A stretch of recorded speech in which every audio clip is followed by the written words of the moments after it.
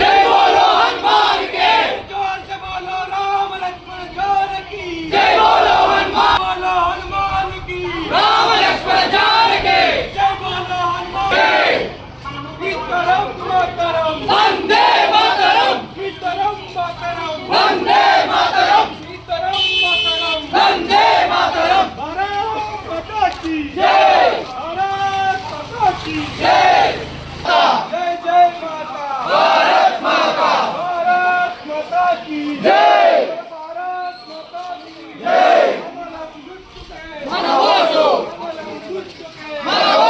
అరే జోర్ से बोल నాయకత్వం వర్ధిల్లాలి నాయకత్వం వర్ధిల్లాలి నాయకత్వం వర్ధిల్లాలి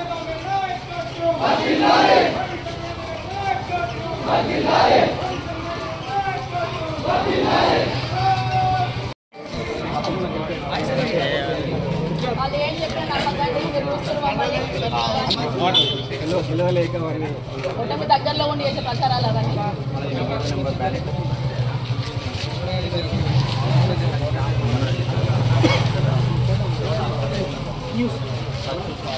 అవన్నీ నరేంద్ర మోదీ గారి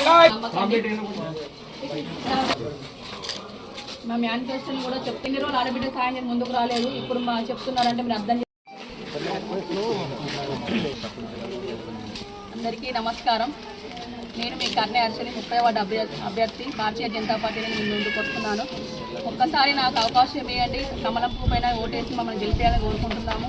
ఇన్ని రోజులు వాళ్ళ పాలన చూసారు ఎలా ఉందనేది. ఒక్కసారి బీజేపీకి అవకాశం ఇస్తే మా అభివృద్ధి అనేది మేము చూపిస్తాము. వాళ్ళని తప్పుడు ప్రచారాలు చేస్తున్నారు. అవి ఎవ్వి కూడా నమ్మకండి. వాళ్ళకు చేతగాక అవన్నీ చెప్తున్నారు. వాళ్ళకి చేతనైతే వాళ్ళకి అంత సత్తా ఉంటే మేనిఫెస్టో వాళ్ళు ఎందుకు పెట్టలేరు? మేము పెట్టిన తర్వాత వాళ్ళు చెప్తున్నారు ఏంటంటే ఆడబిడ్డకి 5,000 ఇచ్చే సహాయం కాదట. మరి ఏం సహాయం వాళ్ళు చెప్పదలుచుకుందని కోరుతున్నాను.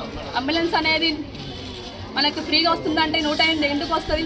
రోడ్ల మీద యాక్సిడెంట్ అది అయినప్పుడు ఫ్రీగా వస్తుంది తప్ప మనకి ఇంట్లో ఏమైనా సమస్య ఉన్నప్పుడు కూడా అది ఫ్రీగా కాదు, డబ్బులు పెడితేనే వస్తుంది.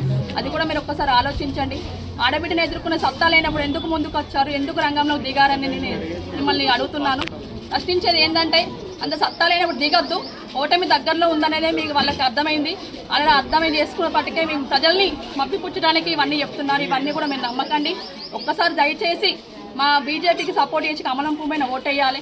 నేను ఒక ఆడబిడ్డకు మేము ముందుకు వస్తున్నాను. ఒక ఆడపిల్ల తలుచుకుంటే ఏదైనా సాధ్యం అనేది మేము చూపిస్తాము. బీజేపీ అనేది దేనికి కూడా భయపడదు. ఒక అడుగు వేసిందంటే దానికి ఎప్పటికీ ముందడిగా ఉంటుంది తప్ప వెనకడుగు అనేది ఉండదు.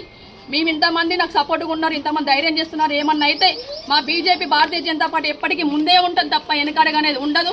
మీకేమన్నా అయితే మేము ఎప్పుడు మీ ముందు ఉంటాం. మేము అన్నిటికీ ముందుగడికి తీసుకెళ్లే బాధ్యత నాది. మీకేమన్నా సమస్య ఉంటాయి కదా, ఆ సమస్య పైన పరిష్కరించే బాధ్యత ఉన్నది.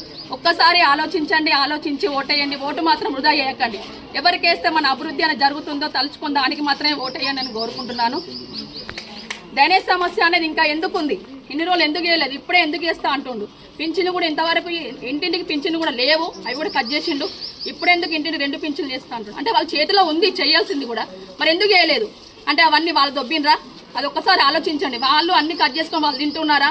అది కూడా ఆలోచించండి. వాళ్ళ చేతనైంది చేయంతా కూడా లేదు. ఇప్పుడు వేస్తా అంటే ఎందుకు వేస్తుండ్రు?